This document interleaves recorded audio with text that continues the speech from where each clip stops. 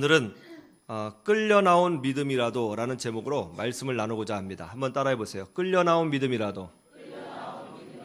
끌려 나온 믿음이라도. 오늘 하나님의 말씀은 매우 짧지만 이해하기 어려운 부분들이 많이 나오는 말씀입니다. 오늘 말씀의 내용은 이렇죠. 사람들이 한 맹인을 예수님에게로 데리고 왔습니다. 그리고 안수기도 해주기를 구했습니다. 그러자 놀랍게도 예수님께서는 그 맹인을 그 자리에서 치료해 주신 것이 아니라 그 맹인의 손을 잡고 마을 밖으로 나가셨습니다. 그런데 이번에는 더 이상한 행동을 하셨죠? 그것이 뭐죠? 예수님이 그 맹인의 눈에 침을 뱉으십니다. 그리고 그에게 안수를 하셨습니다. 그러자 그 맹인이 뭐라고 이야기를 하죠? 사람들이 조금 보이기는 하는데 마치 나무가 걸어 다니는 것처럼 보인다. 그렇게 얘기를 했어요. 이게 무슨 말이에요? 완전히 치유가 되지 않았다는 거예요. 이 맹인의 시력이 완벽하게 회복이 되지 않았다는 것이죠. 그러자 예수님께서 이번에 또 두 번째 안수기도를 하셨어요. 그러자 그 맹인이 완벽하게 치유가 되었다는 것입니다. 그런 다음에 또 이상한 것이 나옵니다. 이 맹인은 스스로 예수님을 찾아온 것이 아니라 사람들이 데리고 왔습니다. 그런데 예수님께서는 치유를 다 하신 후에 그 맹인에게 마을로 들어가지 말라고 하셨습니다. 왜 그러셨을까요? 오늘 말씀은 이해하기 어려운 부분들이 많이 나오죠. 왜 예수님은 그 사람을 그 현장에서 바로 치료하지 아니하시고 마을 밖으로 데리고 나가셨을까요? 왜 예수님은 그 사람의 눈에 침을 뱉으시면서 치유하셨을까요? 왜 한 번에 치료하지 아니하시고 두 번에 걸쳐 안수기도 하시면서 치료하셨을까요? 왜 마을로 들어가지 말라고 하셨을까요? 어려운 부분들이 많이 나오는 내용입니다. 여러분, 우리도 신앙생활을 하다 보면 이해할 수 없는 하나님의 인도하심을 경험할 때가 있습니다. 그렇지 않습니까? 왜 하나님께서 이렇게 인도하셨는지, 왜 하나님께서 이런 고난을 주셨는지, 왜 하나님께서 나를 이렇게 이끌어 가시는지 이해하지 못할 때가 있어요. 그런데 가만히 생각해 보면 이해하지 못할 때, 이해할 수 없는 하나님의 손길을 경험할 때 바로 그때가 가장 하나님께서 나를 은혜롭게 다루시고 사랑하시고 아끼시고 보호하시는 순간이었다는 것을 나중에서야 깨달을 때가 많다는 것입니다. 사실은 오늘 본문도 그런 내용입니다. 이해할 수 없는 예수 그리스도의 행동을 통해서 예수님의 사랑이 얼마나 이 맹인에게 임하고 있는지 확인해 볼 수 있는 것입니다. 오늘은 내용이 어렵기 때문에 한 절 한 절 살펴보면서 하나님의 말씀이 오늘 21세기를 살아가는 우리에게 어떤 의미를 주는지 생각해 보기를 원합니다. 첫 번째로 끌려 나온 믿음도 복될 수 있다는 것입니다. 한번 따라해 보세요. 끌려 나온 믿음도 복될 수 있다. 22절 말씀을 볼까요? 같이 보죠. 시작. 베세다의 이름에 사람들이 맹인 한 사람을 데리고 예수께 나와 손 대시기를 구하거늘. 이 본문 말고 마태복음 9장에 보면 예수님께서 두 명의 맹인을 치료해 주신 사건이 나옵니다. 이 두 맹인은 소리를 지르면서 예수님을 따라오죠. 다윗의 자손 나사렛 예수여, 우리를 불쌍히 여겨 주옵소서. 그들은 치유를 구하면서 예수님을 따라옵니다. 그런데 어찌된 일인지 예수님은 이 두 맹인의 간절한 요구를 들은 채 만취하시고 자기 길을 가시죠. 이 두 맹인은 끝까지 쫓아오면서 예수님에게 은혜를 구합니다. 예수님이 집에 들어가셨습니다.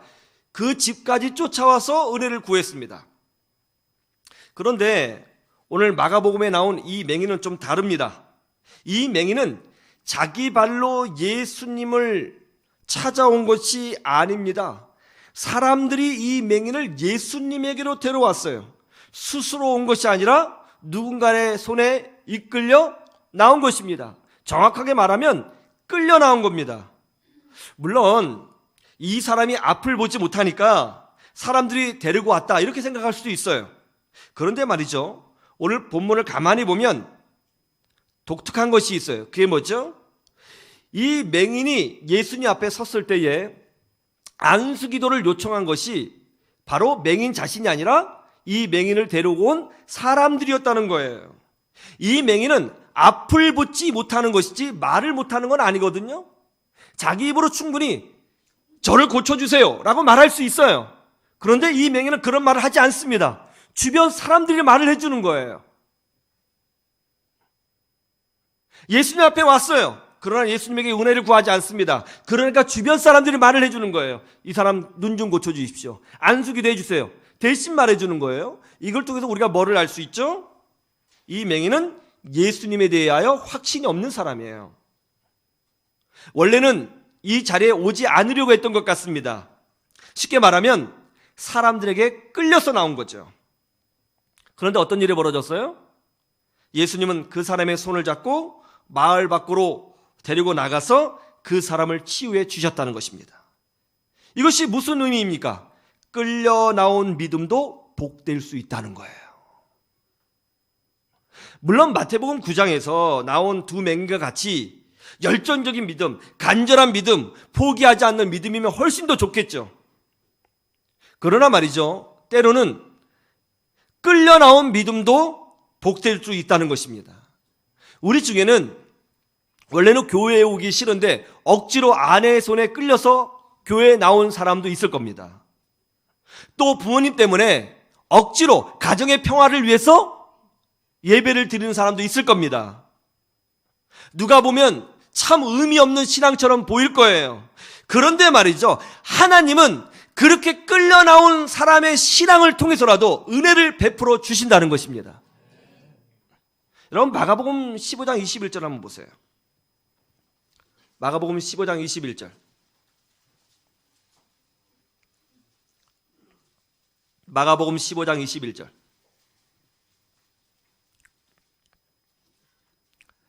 한번 다 같이 볼까요? 시작. 마침 알렉산더와 루포의 아버지인 구레네 사람 시몬이 시골로부터 와서 지나가는데 그들이 그를 억지로 같이 가게 하여 예수의 십자가를 지우고, 예수님께서 십자가를 지시고 골고다로 올라가셨습니다.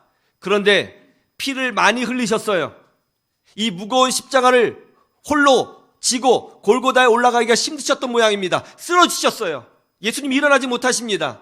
십자가를 지지 못하세요. 그러자 한 로마 병사가 이 예수님을 구경하고 있는 사람들 중에 한 사람을 탁 잡아서는 네가 대신 십자가를 지어 하고 억지로 십자가를 지고 가게 했다는 거예요. 그 사람의 이름이 누구라고요? 구레네 사람 시몬이라는 것입니다. 이 사람의 자녀는 알렉산더와 루포가 있다는 것입니다. 억지로 끌려간 것이죠. 구경하다가 날벼락을 맞은 거예요. 자기가 지려고 한 게 아니죠. 시골에서 왔다고 했습니다. 시골에서 예루살렘에 온 거예요. 그러다가 이상한 사건을 목격하고 이 사건에 뭔가 구경하다가 느닷없이 십자가를 지게 된 것이죠. 그런데 어떤 일이 벌어졌다고 그래요? 이 사건이 이렇게 이어집니다. 로마서 16장 13절. 로마서 16장 13절.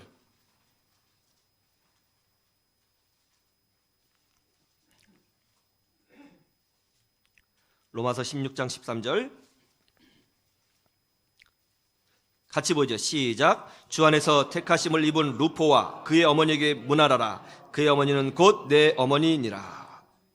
사도 바울이 자신과 함께 하나님의 일을 감당하고 있는 사람들의 목록을 로마서 16장에서 소개하고 있습니다. 그런데 지금 누구를 소개하고 있어요? 루포와 그의 어머니를 소개하고 있어요. 여러분, 이 루포가 누구예요? 금방 마가복음 15장 21절에서 봤죠? 억지로 십자가를 지고 간 구레네 사람 시몬의 아들이 바로 그 루포입니다. 그러니까 억지로 십자가를 진 사람의 아들인 루포가 초대교회에 영적 리더로 세워지는 역사가 나타나게 되었다는 것입니다. 사도 바울과 함께 하나님의 일을 감당하는 지도자가 되었다는 거예요. 구레네 사람 시몬이 억지로 십자가를 지게 되었을 때에 주변에 있는 사람들은 야, 내가 걸리지 않아도 다행이다, 그렇게 생각했을 거예요. 그리고 억지로 끌려 나온 이 사람을 보고 사람들은 야, 저 사람 참 불쌍하다, 저 사람 참 재수없네, 그렇게 생각했을 겁니다. 그런데 어떤 일이 벌어졌어요? 그것이 바로 축복의 시작이었어요. 하나님은 억지로 끌려 나와서 십자가를 진 그 사람을 기억하시고 그 사람의 자녀와 가정을 축복하사 특별히 그의 자녀를 믿음의 리더로, 초대교회 리더로 만들어 주신 겁니다. 끌려 나온 신앙도 복될 수 있습니다. 어쩔 수 없이 봉사하고, 어쩔 수 없이 예배드리고, 어쩔 수 없이 선교하고, 어쩔 수 없이 순종하고 헌신할 수 있습니다. 사람들은 내가 끌려 나오듯이 예배를 드리고 있으니까, 헌신하고 있으니까 손해보고 있다고 생각할 수도 있을 겁니다. 그러나 그렇지 않다는 거예요. 억지로 하든지 간에, 무엇이든지 간에 그것이 하나님을 섬기는 일이고 하나님을 가까이 하는 일이라면 그것이 바로 축복의 시작일 수 있다는 것입니다. 땅끝으로 가다라고 하는 유명한 기독교 소설이 있죠. 이 책의 저자가 김성일 장로님입니다. 이분은 원래 철저한 무신론자였어요. 안티 기독교인이었습니다. 공학자였습니다. 서울공대를 나와가지고 공학으로 돈을 벌기에 모든 에너지를 쏟고 있는 그런 사람이었습니다. 그런데 그런 그가 하나님을 간증하는 소설을 쓰고 한국 최고의 기독교 작가가 되었어요. 어떻게 이런 일이 벌어졌을까요? 그것은 이거예요. 억지로 아내 손에 이끌려 교회에 나오게 된 것이 바로 기적의 시작이었습니다. 그것이 바로 기적의 시작이었어요. 끌려 나온 신앙, 억지로 하는 순종, 끌려 나온 헌신, 여기에도 놀라운 하나님의 은혜와 축복이 있는 줄로 믿습니다. 이 믿음으로 승리하시기를 주님의 이름으로 축원합니다. 두 번째, 외로움이 축복이 될 수 있다는 것입니다. 한번 따라해 보세요. 외로움이 축복이 될 수 있다. 우리 23절 말씀 보시죠.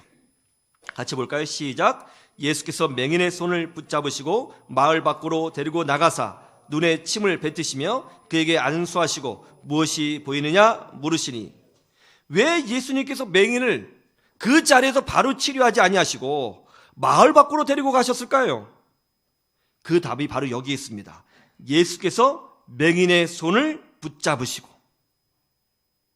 예수님께서 맹인의 손을 잡고 마을 밖으로 함께 걸어가셨다는 거예요. 사람이 없는 곳으로 데리고 가셨다는 거예요. 여러분, 유대 사회는요, 마을 밖은 광야입니다. 외로운 곳입니다. 한적한 곳이에요.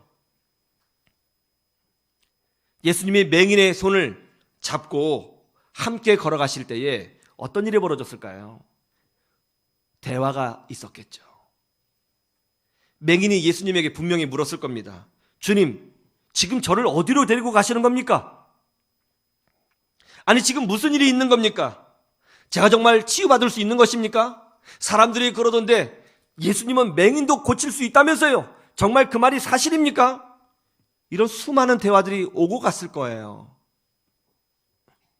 그때 주님은 이 맹인의 손을 따스하고 사랑스럽게 잡아주시면서 그 손을 이끌고 사람들이 없는 한적한 곳으로 가신 겁니다. 여기는 사람이 없어요. 고요한 곳입니다. 외로운 곳이에요. 사람들의 소리가 들리지 않습니다. 그러자 이 맹인이 드디어 사람의 소리가 아닌 예수님의 소리에 집중하게 된 거예요. 눈이 보이지 않으니까 의존할 수 있는 것은 귀밖에 없는 것이죠. 한적한 곳에 가니까 그 자리에서 드디어 주님의 숨소리가 크게 들려오고 주님의 목소리가 크게 들려오는 거예요. 외로운 곳에서, 한적한 곳에서 주님이 더 강하게 느껴진 것입니다. 여러분, 하나님이 우리를 외롭게 하실 때가 있습니다. 그 이유가 뭐냐 하면 하나님에게 다시 집중하게 만들게 하기 위하여 때론 하나님이 우리를 외롭게 하실 때가 있다는 것입니다. 주변에 사람들이 너무나 많으면 우리는 오히려 더 혼란스러울 때가 있습니다. 무엇이 진리인지, 어떻게 살아야 되는 것인지, 내가 지금 어디에 있는 것인지 한 번도 생각하지 못한 채 세월에 떠밀려 하루하루 살아갈 때가 있는 것이죠. 또 주변에 사람이 많다는 것은 소리가 많다는 것입니다. 사람들의 소리가 많으면 하나님의 음성이 들리지 않습니다. 그래서 하나님은 때때로 우리가 아무도 없는 외로운 곳에 두기를 원하십니다. 하나님에게 집중해 하려고 말이죠. 마가복음 1장 35절 보세요. 마가복음 1장 35절.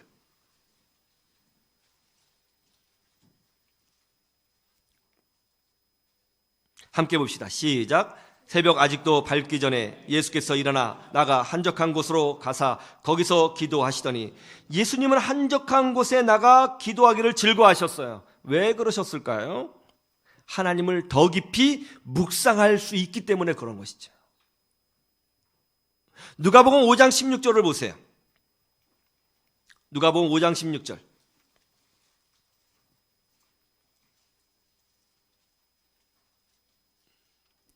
누가복음 5장 16절 같이 보죠. 시작. 예수는 물러가사 한적한 곳에서 기도하시니라. 병자를 치유하시고 수많은 사람들에게 하나님의 말씀을 가르치는 이 바쁜 사역 중에서도 예수님은 수시로 외로운 땅, 한적한 곳에 나가서 기도하셨어요. 왜요? 한적한 곳에 있어야, 외로운 곳에 있어야, 사람들이 없어야 하나님이 크게 보이거든요. 하나님이 우리를 그렇게 외롭게 하실 때가 있습니다. 그때 우리는 외롭다면서 슬퍼하거나 자기 연민에 빠져서 낙심하지 말아야 되는 것입니다. 오히려 그때가 하나님을 가장 깊이 느낄 수 있는 때라는 것을 알아야 되는 것입니다. 오히려 그때가 하나님께서 사랑하는 딸아, 사랑하는 아들아, 나는 지금 너의 손을 잡고 함께 걸어가기를 원한다, 이렇게 말씀하시는 하나님을 경험할 수 있는 귀중한 때라는 것을 알아야 되는 것입니다. 외로울 때 더 많이 기도하시고, 더 많이 하나님의 말씀을 묵상하시고, 더 많이 하나님과 사귐을 이루어내야 되는 것입니다. 이것을 통해서 기적이 일어나기 시작하는 것입니다. 이런 은혜가 있기를 주님의 이름으로 축원합니다. 세 번째, 하나님의 치유는 사람마다 다양하게 나타날 수 있다는 거예요.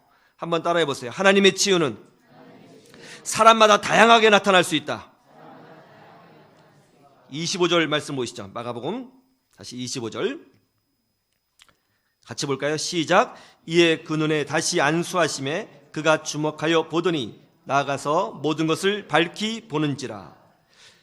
예수님은 충분히 한 번의 안수만으로 이 맹인을 완벽하게 치료할 수 있으시는 전능하신 하나님이신 줄로 믿습니다. 충분히 치료할 수 있으세요. 예수님이 처음 안수기도 하셨어요. 그러자 어떻게 됐습니까? 이 사람의 시력이 흐릿한 정도까지만 회복이 된 거예요. 두 번째 안수하시자 그때서야 비로소 완벽하게 치유가 됐다는 거죠. 왜 예수님은 이렇게 하셨을까요? 한 번에 딱 끝내시면 좋잖아요. 왜 두 번 하셨을까요? 그 답이 24절에 있어요. 보시죠. 24절 시작. 쳐다보며 이르되 사람들이 보이나이다. 나무 같은 것들이 걸어가는 것을 보나이다 하거늘. 첫 번째 안수를 받은 후에 이 맹인이 뭐라고 하죠? 사람들이 보입니다 라고 하면서 이어서 뭐라고 말해요? 나무 같은 것들이 걸어가는 것을 봅니다, 이렇게 말을 했죠. 여러분 한번 생각해 보세요. 이 사람이 만약 태어나면서 맹인이었다면, 즉 선천성 장애를 가지고 있는 사람이라면, 지금 자기가 첫 번째로 비록 흐릿하게 보지만 첫 번째로 본 것이 나무 같다고 하는 것을 어떻게 알았을까요? 나무라는 개념을 어떻게 알았을까요? 태어나면서 맹인이라면 지금 보고 있는 것이 쇠기둥인지 돌기둥인지 나무 같은 것인지 전혀 모르죠. 나무를 한 번도 본 적도 없는데요. 나무라는 개념을 어떻게 알았겠어요? 이 사람이 나무라는 정확한 단어를 써서 보고 있는 물체를 표현할 수 있었다는 것은 이 사람은 선천성 장애를 가지고 태어난 사람이 아니고 후천성 장애, 즉 전에는 봤지만 지금은 볼 수 없는 그런 장애를 가지고 있는 사람이라는 것을 충분히 알 수 있는 겁니다. 왜 장애가 됐는지 그거는 모르죠. 나쁜 사람한테 맞아가지고 각막이 터져서 장애가 됐는지, 질병으로 앞을 보지 못하게 되었는지, 혹은 어떤 사고로 앞을 못 보게 되었는지 그거는 몰라요. 근데 중요한 건 뭐냐면 이 사람이 나무라는 개념을 알고 있는 건 봐서는 이 사람은 전에는 뭔가를 봤던 사람이에요. 그러나 지금은 보지 못하는 거죠. 후천적으로 장애를 얻은 사람입니다. 중간에 장애를 얻은 사람들은 육체적 장애보다 마음의 장애가 훨씬 더 크다고 하지요. 상처와 좌절과 원망과 낙심과 절망과 분노, 이런 것들이 그 사람 가슴에 꽉 차 있는 것입니다. 거기에 사로잡혀 사는 거죠. 때로는 복수심도 있을 거예요. 나를 이렇게 만든 사람에 대한 복수심. 만약 이 사람이 발악 현장에서 치유를 받았다면 이 사람은 예수님이고 뭐고 벌떡 일어나서 자기에게 상처를 준 사람을 쫓아가서 복수하려고 했을지도 모릅니다.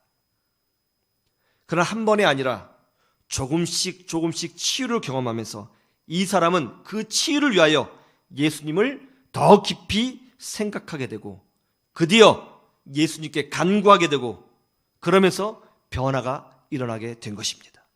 예수님, 조금밖에 보이지 않습니다. 한 번 더 안수해 주세요. 그럼 더 잘 보일 것 같습니다. 예수님, 이제 조금 더 왔습니다. 한 번 더 해주세요. 이 사람은 사람들에게 끌려왔습니다. 자기 입으로 예수님에게 구하지 않았던 사람입니다. 이런 점진적 치료를 통해서 예수님에게 구하는 사람이 됐겠죠. 이런 사람에게는 두 번의 안수가 필요한 겁니다. 아마 예수님께서 이 사람 눈에 침을 뱉으신 것도 같은 의미겠죠.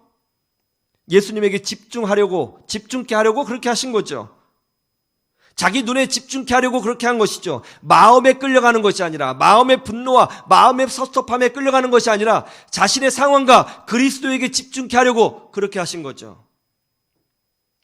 뭔가 체액이 몸에 붙을 때 사람은 더 민감하게 반응합니다. 기분도 나쁘고 또 이것이 뭔가 하는 생각도 드는 것입니다. 그런데 그런 과정을 통해서 이 사람이 예수님을 깊이 묵상하게 되는 거예요. 여기서 우리는 놀라운 하나님의 사랑과 은혜를 발견할 수 있습니다. 하나님은요, 각 사람을 각각에 맞게 치료하시고 각각에 맞게 섬겨주시고 각각에 맞게 이끌어 주신다는 거예요. 하나님은 우리를 단체로 취급하지 않습니다. 하나님은 우리를 무리로 취급하지 않습니다. 하나님은 우리를 일괄적으로 취급하지 않습니다. 하나님은 우리를 군중으로 보지 않습니다. 하나님은요, 여러분 한 사람 한 사람을 인격적으로 존중해 주시고 아껴주시고 여러분 한 사람 한 사람에게 맞는 치료법과 여러분 한 사람 한 사람에게 필요한 길로 인도해 주시고 여러분 한 사람 한 사람에게 가장 최고로 맞는 방법으로 이끌어 주신다는 거예요. 내가 이렇게 은혜를 받았으니까 당신도 이렇게 하면 은혜를 받게 될 것입니다. 어리석은 생각입니다. 하나님은 우리를 그렇게 대하시지 않습니다. 사람마다 달라요. 하나님은 사람마다 다르게 역사하십니다. 다르게 대접해 주십니다. 다르게 다가오시고 다른 방법으로 이끌어 주시고 다르게 깨닫게 해주시고 다르게 품어주시는 거예요. 사람마다 달라요. 어제 제가 오래간만에 집에서 저녁을 먹었습니다. 아주 간단하게 먹었습니다. 식탁에 갔더니 이렇게 차려져 있더군요. 제 자리에는 만두가 쪄져 있고 둘째 아이는 계란볶음밥이 있고 막내 자리에는 사리 곰탕면이 있었습니다. 각각의 요구가 달랐습니다. 엄마는 그 요구를 무시하지 않고 귀찮겠지만 다 섬겨주었습니다. 그걸 보면서 이렇게 생각했습니다. 아내가 아이들을 참 아껴주는구나. 하나님이 우리를 그렇게 아껴주시는 거예요. 일괄적으로 여기지 않습니다. 하나로 취급하지 않습니다. 한 명 한 명. 마치 이 세상에는 나 하나밖에 없는 양, 하나님이 우리를 그렇게 다루어 주시고 안아주신다는 거예요. 사람마다 치유의 방법이 다르다는 거예요. 하나님이 우리를 그렇게 복된 존재로 부르고 계시는 겁니다. 그런데 이 놀라운 축복이 어떻게 왔다고요? 억지로 끌려왔기 때문에 이런 복을 누리게 되었다는 것입니다. 여러분, 억지로 끌려 나온 것도 축복입니다. 이 사실을 믿고 은혜의 자리, 믿음의 자리를 소중히 여기시는 여러분 모두가 되시기를 주님의 이름으로 축원합니다. 축원합니다.